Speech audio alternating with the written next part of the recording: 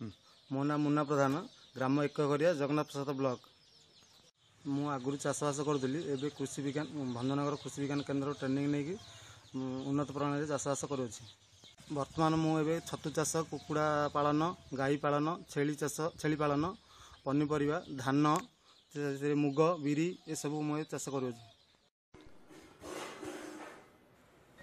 समन्वित कृषि वर्तमान आमर कृषि प्रधान ओडिशा राज्य पई एक आह्वान अटे।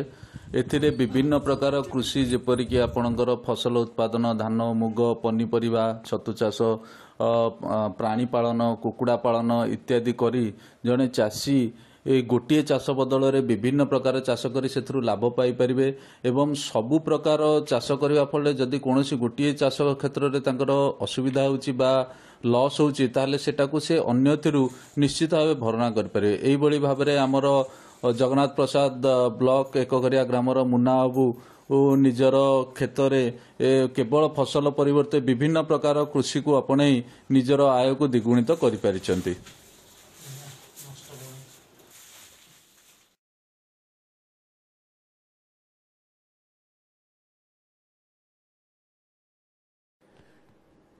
कृषि विज्ञान केन्द्र भंजनगर तरफ चाषी मानू विभिन्न प्रकार चाष सहित समन्वित कृषि विषय विशेष भाव ज्ञान दि जाए। यही परिप्रेक्षी में मुन्ना बाबू आमर कृषि विज्ञान केन्द्र तरफ समन्वित कृषि उपरे ज्ञान आहरण करते।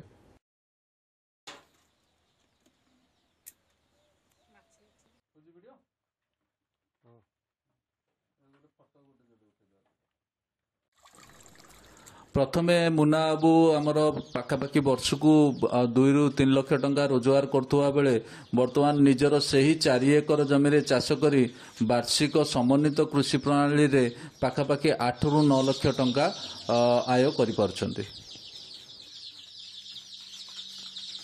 मोर ए लाभटा 2 गुण होइछ।